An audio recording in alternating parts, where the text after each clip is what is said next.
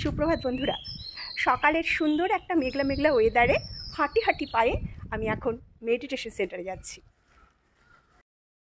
ছোট কালবাটের নিচে এত জল জমেছে, আমাকে এখন গলাপুল দিয়ে কতটা হেঁটে যেতে হচ্ছে। বৃষ্টি পড়লো কি না পড়লো, কন্যগড়ের কালবাটে সবার আগে জল জমবে। হাঁটি হাঁটি পা করতে করতে চলে এলাম মেডিটেশন সেন্টারে। এখানে ঢোকা মাত্রই মনে হয় কি স্বর্গে ঢুকেছি, সব কিছু ভুলে যাই।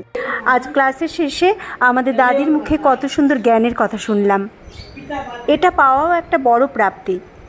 এই দেখো, আসার পথে আমরা কালবাটের নিচ দিয়ে আসছি। এই দেখো এখনও কত জল।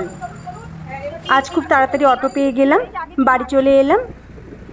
বাড়ি ফিরেই দেখে আমার মামি শাশুড়ি এসছে, আমাদের পাশেই থাকে।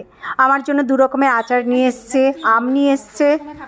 আমাদের মামি একটু বেশি কথা বলে ঠিকই, কিন্তু মনটা একদম সহজ সরল। অনলাইনে আমার 2টো জিনিস এলো।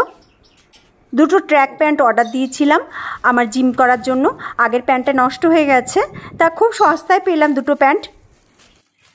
সস্তার প্যান্ট প্রথমে ভেবেছিলাম খারাপ হবে, না গো খুব ভালো প্যান্ট এসছে, বেশ ভালো কোয়ালিটিটা। মনে তো হচ্ছে পরে বেশ আরাম লাগবে। এখন ছেলে আর আমি একসাথেই ব্রেকফাস্ট সারলাম। শনিবার বাড়িতে গেস্ট আসবে, তাই সত্যভারতীর বাচ্চাদের বলেছিলাম সেদিন ক্লাসটা করাতে পারবো না, আজকে করিয়ে দেব। কিন্তু আজকে আমাকে একটা জায়গায় বেরোতেই হবে, কি যে করি সেটাই ভাবছি। আজকে ছেলেকে একটু সাজিয়ে গুজিয়ে দিয়েছি, বললাম দাঁড়া এটা ব্লগে ধরবো। দেখো কেমন সঙ্গের মতো বসে আছে, আবার হাসছে, বলছে একটু সিনেমা হয়ে যাচ্ছে না মা। এমন বদমাইশ না। আজকে রান্না মেনুতে ছিল আলু ভেন্ডি ভাজা, মুগ ডাল, চিংড়ি মাছ দিয়ে পুঁই শাক আর ডিমের মামলেটের ঝাল, আর প্রতিদিনকার মতো স্যালাড। অবশেষে আমি চললাম সত্যভারতীতে ক্লাস করাতে।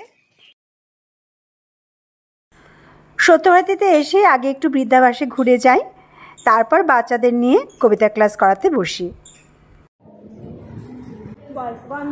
ওদের ক্লাস করাতে আমার ভীষণ ভালো লাগে, কারণ এখানে আসলে আমার মনটাই ভালো হয়ে যায়।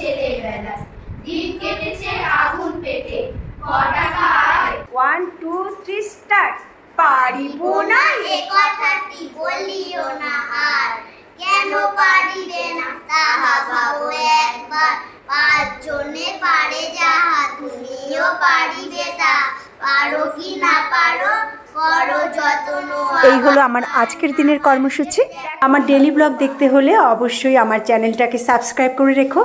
আজ তবে চলি, টাটা।